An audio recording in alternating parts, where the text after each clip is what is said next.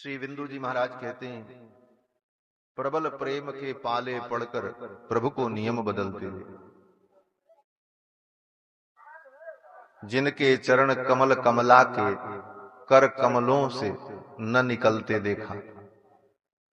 कमला लक्ष्मी जिनके चरण कमल को अपने कर कमल से सदा पकड़े रहते हैं, जिनके चरण कमल कमला के कर कमलों से न निकलते देखा, उन्हीं कोमल चरणों से भगवान अपने भक्तों के लिए कंटक पथ पर चलते देखा। वृंदावन के करीर कुंजों में भगवान कांटों के पथ पर घूमते। विद्य दंडक कंटकई है, वेद व्यास जी कहते, दंडकारण्य में भगवान श्री राम कांटों पर चलते। ये भगवान की भक्त वत्सलता। कुंती महारानी कहती हैं कि मैंने आपके उस रूप को देखा है। सामाम विमोहयति भीरपि यद विभेति। इस पंक्ति से संकेत होता है कि भगवान की बाल लीलाओं का खूब दर्शन किया है कुंती बुआ ने। बोले कैसे? बोले कुंती जी तो हस्तिनापुर में, और भगवान की बाल लीला गोकुल में हुई, वृंदावन में हुई। कुंती वहां कैसे पहुंची? बोले ये श्लोक प्रमाण है, क्योंकि उस लीला का यहां वर्णन कर रही कुंती देवी। तो संत लोग कहते हैं, देखो कुंती जी जब अपने भैया से मिलने गई श्री वसुदेव जी से, तो देवकी वसुदेव रो रहे थे। उनके रुदन को देख करके कुंती जी ने पूछा, भैया आप इतने दुखी क्यों हैं, रो क्यों रहे? देवकी ने और वसुदेव ने कहा, मेरे दोनों लाल कृष्ण बलराम गोकुल में हैं, वो कैसे होंगे, उनकी क्या स्थिति है, आंखें उन्हें देखने के लिए तरस रही हैं। वो कैसे बोलते होंगे, कैसे लीला करते होंगे, कैसे खाते होंगे, कैसे पीते होंगे। सोचो, एक मां जन्म देते ही अपने बच्चे को अपने से दूर कर दे और उसको ये पता हो कि वो जीवित है और दूसरे के पास है, तो उसके मन में कितनी त्वरा होगी कि वो अब कितना बड़ा हुआ, क्या बोलता होगा, कैसे चलता होगा, क्या खाता होगा, क्या पीता होगा। आंखें देखने के लिए तरस रही थी। तो कुंती बुआ ने कहा, भाभी आप चिंता मत करो, मैं जाती हूं। आप नहीं जा सकती, आपको कंस से भय है, मुझे कोई भय नहीं, मैं जाती हूं। और कुंती बुआ सुंदर गोपी का रूप धारण करके गोकुल पहुंच जाती और जाकर के दूर से छिप करके भगवान कृष्ण की नित्य लीलाओं का दर्शन करती, और रोज दर्शन करके आकर के सवेरे से दिन भर दर्शन करती हूँ। शाम को सारा वृत्तांत आकर के देवकी मैया को सुनाती, देवकी मैया सुन करके तृप्त हो जाती। महाराज कुंती महारानी कहती हैं कि आपकी उस लीलाओं को मैंने देखा है, इसलिए हे गोविंद मैं आपसे यही मांगती हूं कि आप मुझे जीवन में विपत्तियां प्रदान करो जिससे मैं आपका स्मरण करती हूं, और एक चीज और मुझे दे दो। भगवान ने कहा क्या? तो कुंती कहती हैं, अथ विश्वेश विश्वात्मन विश्वमूर्ते स्वकेशु में स्नेह पासमिमं छिंदी दृढ़ं पाण्डुषु विष्णुषु। हे भगवान, ये जो पांडव हैं, जो मेरे पुत्र हैं, ये मेरे जो परिजन हैं, इनके प्रति मेरा जो स्नेह है, यह स्नेह मेरा समाप्त हो जाए, क्योंकि यह स्नेह, ये मोह ही तो बंधन का कारण है, इसको आप मिटाओ। क्या वैराग्य है कुंती का महाराज। दूसरा कोई होता तो मांगता, महाराज मेरे बेटे बने रहे, इनका स्नेह बना रहे, ये मुझे कभी छोड़ के न जाए, मैं इनको छोड़ के न जाऊं। लेकिन भगवान से कुंती ने यही मांगा कि इन पुत्रों के प्रति मेरा जो स्नेह है वो टूट जाए, क्योंकि यह स्नेह भी बंधन का कारण है। ये संसार से नेह टूटेगा तभी आपसे स्नेह होगा। इसलिए महाराज ये आशा पाश मोह का बंधन जो है मेरे जीवन से टूट जाए। स्नेह पास मिमं छिंदी दृढ़म पांडुषु वृष्णुषु। ये वृष्णि वंश में, पांडव वंश में, इन परिजनों में मेरा जो स्नेह है, ऐसे तो है नहीं, कुंती का कहीं किसी से कोई स्नेह नहीं भगवान को छोड़कर। लेकिन फिर भी कुंती कहती, अगर कहीं मेरे हृदय में इन संसारी प्राणियों के प्रति कोई स्नेह बचा हो तो हे गोविंद उसे भी मिटा देना, और मुझे कुछ नहीं चाहिए। जिससे त्वयि में अनन्य विषया मतिर मधुपते सकृत, जिससे मेरी अनन्य मति आप में लग जाए और मैं आपका ही चिंतन करती रहूं। इस प्रकार कुंती ने भगवान से प्रार्थना की। भगवान ने तथास्तु कहा और फिर भगवान वहां से चलने को तैयार हुए। चलने को तैयार हुए तो भगवान को याद आ गई, अरे एक भक्त मेरी प्रतीक्षा कर रहे हैं। वो कौन है? बोले भीष्म पितामह, बाण की सैया पर पड़े, उत्तरायण की प्रतीक्षा कर रहे हैं कि सूर्य उत्तरायण हो तो मैं अपने प्राणों का त्याग करूं। लेकिन मैं बहुत व्याख्या नहीं करूंगा किस उत्तरायण की प्रतीक्षा कर रहे हैं, बस इसी का चिंतन। उत्तरायण क्या है? भगवान के भक्तों के लिए उत्तरायण और दक्षिणायन का कोई मूल्य नहीं होता। भगवान के भक्त तो कभी भी मर जाएं, चाहे उत्तरायण हो, चाहे दक्षिणायन हो, चाहे भद्रा हो, चाहे व्यतिपात हो, भक्तों के लिए उत्तरायण दक्षिणायन का कोई मूल्य नहीं होता। वो तो जब भी शरीर छोड़ेंगे भगवान की कृपा से उनको परम गति की प्राप्ति हो जाएगी। लेकिन भीष्म पितामह किस उत्तरायण की प्रतीक्षा कर रहे हैं? बोले भीष्म पितामह सोच रहे मैं अपने प्राणों का त्याग करूं तब, बोले जब उत्तरायण आ जाए। उत्तरायण का मतलब क्या? बोले उत्तरा और आयन दोनों मिलाइए तो क्या बनेगा? बोले उत्तरायण। तो उत्तरा माने परीक्षित की मां जो उत्तरा है उनके गर्भ को जिसने अपना अयन बनाया, ऐसे गोविंद कृष्ण उत्तरायण, ये कृष्ण का एक नाम है उत्तरायण। उत्तरा के गर्भ को जिसने अपना अयन बना लिया, ऐसे गोविंद कृष्ण मेरे सामने आ जाए, मैं अपना प्राण छोड़ दूं। उस उत्तरायण की प्रतीक्षा कर रहे थे। वो उत्तरायण तो ठीक है, उत्तरायण दक्षिणायन की जो बात है वो तो है ही है, वो तो सैद्धांतिक धरातल पर ठीक है। लेकिन भाव पक्ष की दृष्टि से भीष्म पितामह प्रतीक्षा कर रहे थे उत्तरायण मेरे कृष्ण आ जाए। कृष्ण ही तो उत्तरायण है। उत्तरा के गर्भ को जिसने अपना अयन बनाया, जिस गर्भ में जाकर के निवास किया, जो किसी के गर्भ में नहीं गए वो उत्तरा के गर्भ में गए, ऐसे उत्तरायण मेरे सामने आ जाएं, मैं प्राणों का त्याग कर। आ गए महाराज। कौन कौन आए? बड़े बड़े बड़े ऋषि मुनि महात्मा लोग आ गए। पर्वतो नारदो धौम्यो भगवान बादरायण, बृहदस्सो भरद्वाज सह शिष्यो रेणुकासुतः, वसिष्ठ इंद्र प्रमदस्तित्सो गृत्समदोषितः। ये सब बड़े बड़े महर्षि लोग आ गए। पर्वत, नारद, धौम्य, पराशर, गृत्समद, परशुराम जी महाराज, त्रित, कौशिक, ये सब बड़े बड़े मुनि महात्मा लोग भीष्म पितामह के पास आए। भीष्म पितामह बाण की सैया पर पड़े। अर्जुन आ गए, भीम आए, नकुल आए, सहदेव आए, सब आए। लेकिन अभी तक भीष्म पितामह ने आंख नहीं खोली। बाण की सैया पर पड़े बड़े बड़े ऋषि मुनि महात्मा आकर के खड़े हो गए, अगल बगल घेर लिया भीष्म पितामह को, क्योंकि उनका अंतिम समय है, प्रयाण होने वाला है।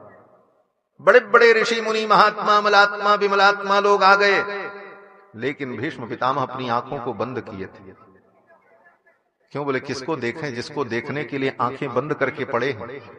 जिस कृष्ण को देख करके, जिस उत्तरायण को देख करके वो अपनी आंखों को बंद करना चाहते हैं, वो अभी नहीं आए। इसलिए भीष्म पितामह ने अभी आंखें नहीं खोली, बाण पर पड़े। बाण की सैया पर पड़े थे। सब लोग आ गए। तब तक भगवान भी आए। कैसे आए? बोले भगवान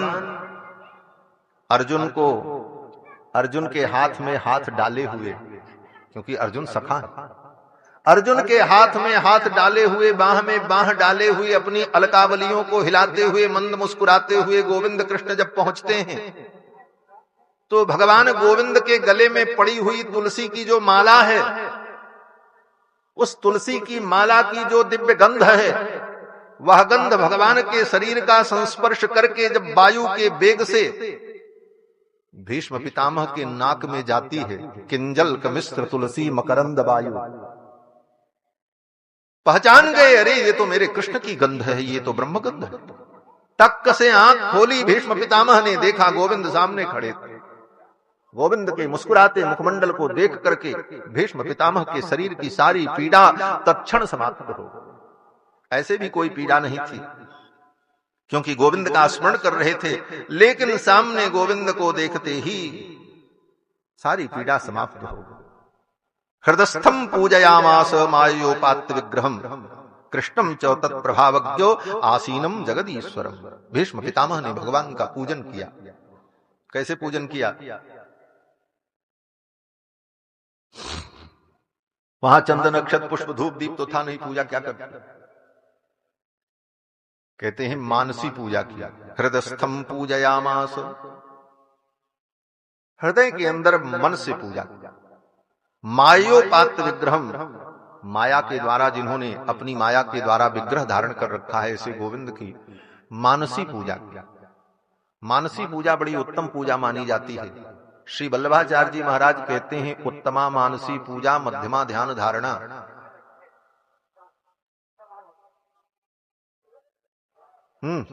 सियाराम स्वयमेव। बोलो श्री सीतारामचंद्र भगवान की जय। श्री वल्लभाचार्य जी महाराज कहते हैं उत्तमा मानसी पूजा मध्यमा ध्यान धारणा।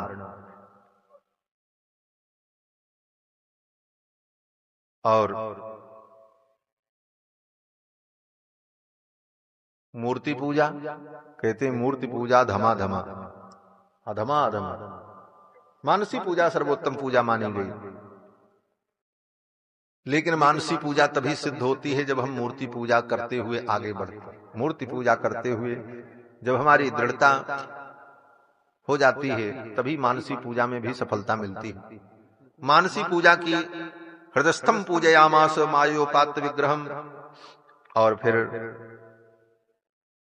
भीष्म पितामह ने भगवान को प्रणाम निवेदन किया। युधिष्ठिर नकुल सहदेव सब वहीं पर खड़े थे। भीष्म पितामह ने कहा धर्मराज युधिष्ठिर से, युधिष्ठिर जिसको तुम अपने मामा का बेटा समझते हो, यम मन्यसे मातुलेयम, ये मामा के तुम्हारे बेटे हैं जिनको तुम अपना मामा का बेटा समझते हो। प्रियम मित्रम, अर्जुन तुम जिसको अपना प्रिय मित्र समझते हो। नकुल सहदेव जिसको तुम अपना सुहृद समझते हो। सुहृदतमम अकरो सचिवम दूतम, जिसको तुमने अपना दूत बनाया, जिसको तुमने अपना सारथी बनाया। सौहृदादथ सारथिम, जो तुम्हारे सौहृद और प्रेम के कारण तुम्हारे सारथी बने। ये क्या है जानते? भीष्म पितामह ने कहा ये न तुम्हारे मामा के बेटे हैं, न ये किसी के प्रिय हैं, न ये किसी के सुहृद हैं, न इनको कोई सचिव बना सकता है, न कोई इनको सारथी बना सकता है। ये तो इनकी लीला है। सर्वात्मन समदृशो, ये सर्वात्मा है, समदर्शी है। अगर तुम मानते हो कि ये मेरे मामा के बेटे हैं, मेरे हैं, बोले ऐसा नहीं है, ये सबके हैं। क्यों? बोले ये सर्वात्मा है। अगर इनके विषय में मति वैषम्य है, सोचते हो कि ये मामा के बेटे हमारे सुहृद हैं, अमुक हैं, ये तुम्हारा भ्रम। ये कुछ नहीं है। ये क्या है? बोले ये शुद्ध ब्रह्म है, परमात्मा है, सर्वांतर्यामी है। सर्वात्मन समदृशो, ये समदर्शी हैं और सबके प्रिय। कैसे? वैसे जैसे सोना। सोना क्या है? बोले सोने का चाहे कुंडल बना लो, चाहे पायल बना लो, चाहे अंगूठी बना लो, चाहे गले का हार बना लो, वो सोना सोना ही रहता है। ना वो हार है, न पायल है, न अंगूठी है। मूलतः क्या है? बोले वो सोना ही है। तुम कुछ भी मान लो, लेकिन है तो सोना और कुछ नहीं। दूसरा कुछ नहीं है, वो शुद्ध सोना ही है। आप उसका नाम भले रख दो ये पायल, उसमें पायल क्या? आगे से पीछे तक जो कुछ है सोना ही तो है। गले में पहन लिया जंजीर, बोले ये जंजीर है, बोले जंजीर नहीं, वो क्या है? बोले सोना ही तो है, दूसरा कुछ नहीं। उसी तरह भगवान सर्वात्मन समदृशो, ये सर्वात्मा है, समदर्शी। समदर्शी क्यों है? बोले आज ये समदर्शी न होते तो मुझ पापी को दर्शन देने आते। भीष्म पितामह कहते हैं कि मेरे ऊपर भी इन्होंने कृपा की और मुझे दर्शन देने के लिए आए।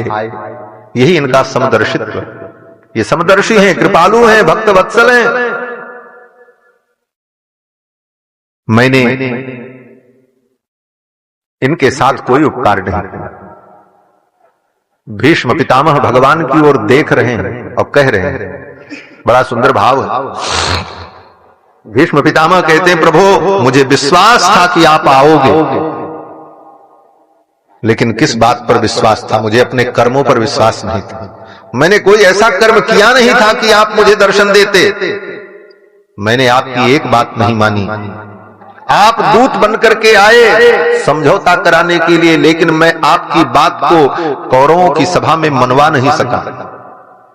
चाह करके भी मैं कुछ नहीं कर सका। मैंने आपकी सेवा नहीं। दुर्योधन आपको बांधना चाहता था, मैं देख रहा था, लेकिन मैं कुछ नहीं कर सका। मैं आपकी सहायता नहीं कर सका।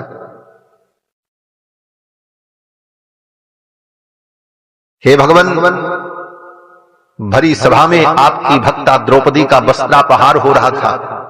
इन्हीं आंखों से मैं देख रहा था, लेकिन आपकी भक्ता उस द्रौपदी की लाज नहीं बचा सका। मैंने आपके लिए कुछ नहीं किया। मेरे जैसा कृतज्ञ कौन होगा? मैंने आपकी कोई सेवा नहीं की, और सेवा तो दूर रही, आपके भक्तों को, उन पांडवों को मारने के लिए मैंने युद्ध किया। मैंने अपने बाणों से आपके एक एक अंग को छलनी कर दिया, मारा। युद्ध में केवल अर्जुन को ही बाण नहीं लगे थे। महाभारत पढ़ना, भीष्म पितामह जब बाण चलाते थे तो भगवान कृष्ण के अंग अंग में जाकर के बाण बिध जाते थे। भगवान श्री कृष्ण का शरीर रक्त रंजित हो जाता था, फिर भी भगवान रथ चलाते रहते थे, क्योंकि अर्जुन को संभालना। भीष्म पितामह कहते हैं, इस अन्यायी ने आपके साथ क्या अन्याय नहीं किया, लेकिन हे प्रभु मैं जानता हूं आप समदर्शी हैं। मुझ अभागे को भी दर्शन देने के लिए आप चल करके आए। और क्यों आए? मुझे विश्वास था आप आएंगे। किस बात का विश्वास था? किस बात का विश्वास था कि आप मुझे दर्शन देंगे? तो भीष्म पितामह कहते हैं, मुझे केवल एक बात का विश्वास था कि आप अर्जुन के सखा। इस संबंध पर मुझे भरोसा था। जिस अर्जुन को मैंने अपने गोद में खिलाया है, जिस अर्जुन को मैंने पाला है, जिस अर्जुन को मैंने पढ़ाया हो, उसके तुम दोस्त हो, उसके तुम मित्र हो, उस संबंध से तुम आओगे, ये मुझे विश्वास था। अर्जुन आपका परम भक्त है। मैं आपकी भक्ति नहीं कर सका, मैंने आपकी सेवा नहीं की, मैंने आपकी भक्ति नहीं की, आपकी आज्ञा का पालन नहीं किया। लेकिन अर्जुन जो आपका परम भक्त है, वो भक्त मेरा संबंधी है। उसको मैंने पाला है, मैंने गोद में खिलाया है, ये संबंध है। इस संबंध पर मुझे भरोसा था, दृढ़ता थी कि कृष्ण मुझे दर्शन जरूर देंगे। और आज उस संबंध से आप आए। हे विजय सखे, अर्जुन का नाम है विजय, और विजय के सखा हैं। भीष्म पितामह कहते हैं कि हे भगवान, अब आज आपको मैं प्रणाम करता हूं। और रही बात महाभारत युद्ध में, आप चाहते तो 1 मिनट में सब कुछ हो जाता। मैं जानता हूं आपकी ये सब लीला है, और आज मैं आपको अपनी बुद्धि अर्पित करना चाहता हूं।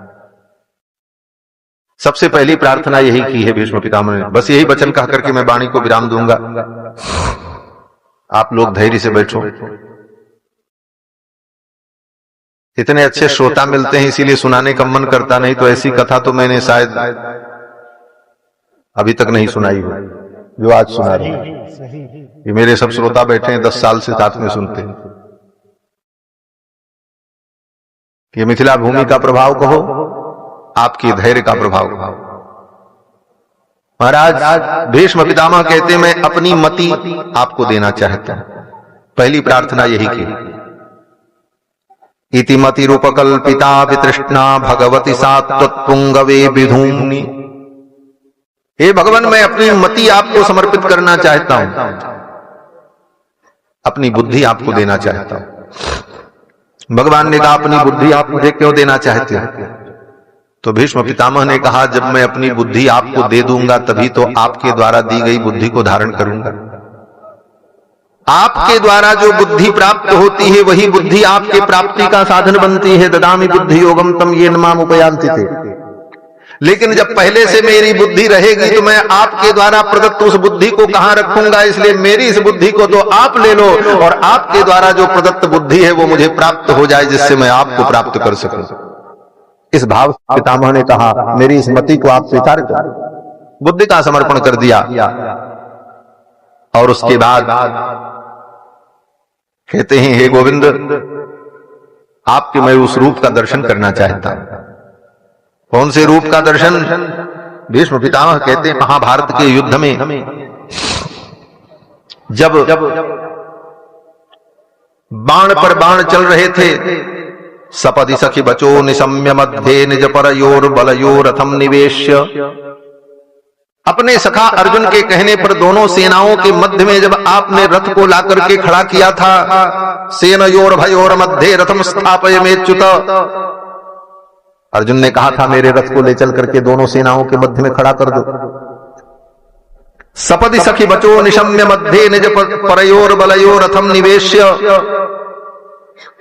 स्थितवती पर सैनिकायुरक्षणा हृतवती पार्थ सखी रतिर्ममास्तु। उस समय जब जाकर के आपने अपने रथ को दोनों सभाओं के मध्य में खड़ा किया, उसी समय, कितनी अद्भुत बात कह रहे हैं पितामह। पितामह कहते हैं कि स्थितवती पर सैनिकायुरक्षणा हृतवती। रथ को बीच में खड़ा करके आपने जब कौरव की सेना को देखा, पर सैनिकायुर अक्षणा हृतवती, उसी समय आपने कौरव की सेना को देख करके अपनी आंखों से उनकी आयु का हरण कर लिया। उसी समय सब मर गए थे। मैं जानता हूं कि तो महाभारत युद्ध आपका नाटक था, ये तो दुनिया को दिखाने के लिए आपने किया। जिस समय आप वहां पर उपस्थित हुए रथ लेकर, उसी समय आपकी दृष्टि से ही उनकी सारी आयु खत्म हो गई, उनकी आयु का आपने हरण कर लिया। हे गोविंद, व्यामोह में पड़े हुए अर्जुन को आपने जो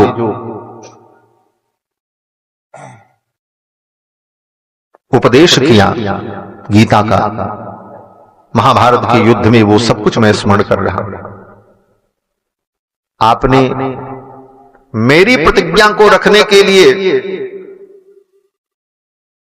अपनी प्रतिज्ञा को छोड़ दिया। स्वनिगमम अपहाय मत प्रतिज्ञामृतमधिकर्तुम रथस्थो अवप्लुतः। युद्ध में प्रतिज्ञा कर ली भीष्म पितामह ने, आज मैं अर्जुन को मार दूंगा। प्रतिज्ञा तो कर ली अर्जुन, भीष्म पितामह ने। भीष्म पितामह ने प्रतिज्ञा कर ली, लेकिन प्रतिज्ञा करने के बाद भीष्म पितामह को पश्चाताप होने लगा। भीष्म पितामह कहते हैं, हे भगवान, प्रतिज्ञा तो मैंने कर ली, लेकिन मुझे पश्चाताप हो रहा था। गोविंद, जैसे तैसे जो भी हुआ, अच्छा हुआ बुरा हुआ, मैंने प्रतिज्ञा कर ली अर्जुन को मार दूंगा, लेकिन हे गोविंद, अब मेरी प्रतिज्ञा की लाज बचा लो। प्रतिज्ञा करते समय भीष्म पितामह ने कहा कि अगर कृष्ण ने शस्त्र नहीं उठाया तो आज अर्जुन नहीं बच सकता। अर्जुन को अगर कोई बचा पाएगा तो कृष्ण बचा पाएगा। अगर कृष्ण नहीं बचाते हैं तो अर्जुन को मरने से कोई रोक नहीं सकता। ये प्रतिज्ञा भीष्म पितामह ने कर ली। भीष्म पितामह कहते, प्रतिज्ञा तो मैंने कर ली, लेकिन आपने भी प्रतिज्ञा की है मैं शस्त्र नहीं उठाऊंगा। हे भगवान, आप अपने भक्त अर्जुन को बचा लो, अपनी प्रतिज्ञा छोड़ दो। अर्जुन को बचा लो ये नहीं। भीष्म पितामह ने कहा, मेरी प्रतिज्ञा बचा लो। अर्जुन को तो आप बचाओगे ही, मैं जानता हूं अर्जुन को दुनिया की कोई ताकत मार नहीं सकती, कोई बाल बांका नहीं कर सकता, ये मैं जानता हूं, लेकिन मुझ तुच्छ की प्रतिज्ञा को भी बचा लो। मैंने प्रतिज्ञा कर ली है कि अगर कृष्ण ने अस्त्र नहीं उठाया तो अर्जुन के प्राण नहीं बचेंगे। तो अर्जुन के प्राण तो बचेंगे, लेकिन आपको अस्त्र उठाना पड़ेगा, इसलिए मेरी प्रतिज्ञा को बचा लो। कृष्ण, मेरे जीवन में कुछ नहीं है, मैंने कभी राज्य को राज्य नहीं समझा, मैंने जीवन के सुख को कभी सुख नहीं समझा। मेरे जीवन में कुछ नहीं, मैंने सब कुछ त्यागा और इस दुनिया से अब मैं जाने वाला हूं, कुछ लेकर के नहीं जाऊंगा। अपयश मेरे साथ होगा कि मैंने कौरव का साथ दिया, पांडव का मैंने साथ नहीं दिया, ये अपयश मेरे सिर पर होगा। अगर मेरे जीवन की कोई उपलब्धि होगी तो एक उपलब्धि होगी कि भीष्म ने अपनी प्रतिज्ञा को पूर्ण कर लिया। कम से कम ये तो मेरे जीवन में बच जाए और मुझे कुछ नहीं चाहिए। मेरी प्रतिज्ञा को पूर्ण कर दो कृष्ण, और मेरे जीवन में कुछ नहीं है, बाकी मैं जीवन में शून्य हूं। एक प्रतिज्ञा ही मेरे जीवन का अंतिम लक्ष्य है, ये बच गया तो मेरा जीवन सार्थक होगा, इसलिए मेरी प्रतिज्ञा को बचा लो।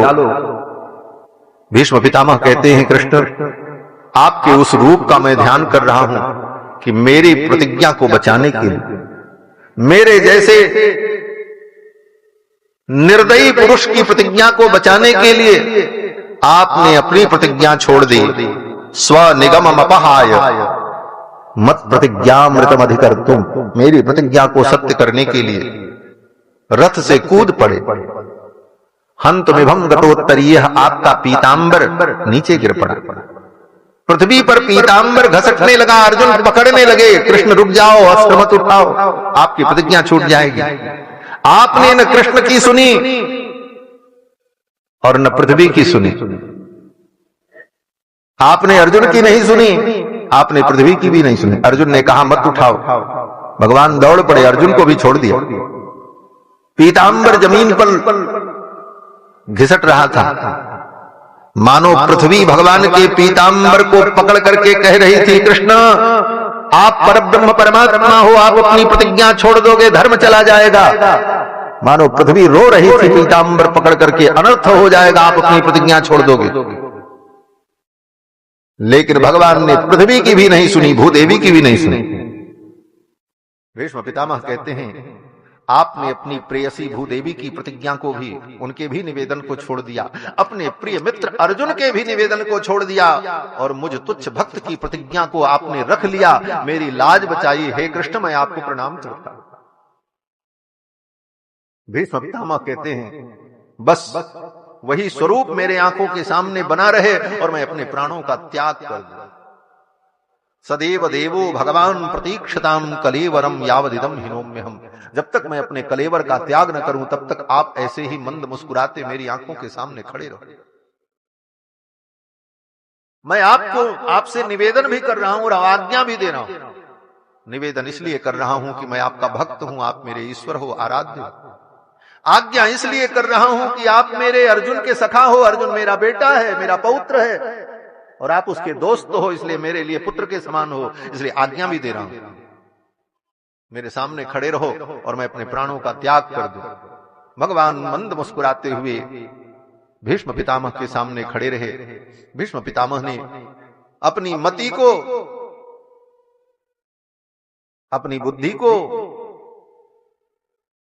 भगवान में समर्पित किया और फिर भगवान का स्मरण करते हुए उनकी आंखें बंद हो गईं। कृष्ण एवं भगवती मनोवाग दृष्टि वृत्तिभिः आत्मन्यात्मानमावेश्य सोऽन्तः श्वास उपारम। अंतिम सांस भीष्म पितामह ने ली। सर्वे बभूस्ते तूष्णीम बयांसीव दिनात्यये। जिस समय भीष्म पितामह के प्राण निकले थी तो मध्याह्न की वेला, लेकिन उस क्षण में संपूर्ण सृष्टि शांत हो गई। वेदव्यास जी कहते हैं किस प्रकार से? बोले बयांसीव दिनात्यये, जैसे दिन के समाप्त होने पर रात्रि में सायंकाल होते ही सारी आवाज समाप्त हो जाए थी, पशु पक्षी का बोलना बंद, चिड़ियों का चहचहाना बंद, उस प्रकार शांति व्याप्त हो गई चारों तरफ। एक क्षण के लिए पूरा ब्रह्मांड शांत हो गया भीष्म पितामह के प्राण प्रयाण के समय। और फिर अगले ही क्षण तत्र दुंदुभयो नेदुहु, तब तक स्वर्ग से दुंदुभी बजने लगे, नगाड़े बजने लगे, देवता लोग जय जयकार करने लगे। ससंसु साधवो राज्ञाम खात पेतु पुष्पवृष्टयः, और जितने महापुरुष थे सब जय जयकार करने लगे, स्वर्ग से पुष्प की वर्षा होने लगी और भीष्म पितामह को परम पद की प्राप्ति हुई है। भीष्म पितामह भगवान के वैकुंठ को प्राप्त करते हैं। ये भगवान के परम भक्त हैं भीष्म पितामह।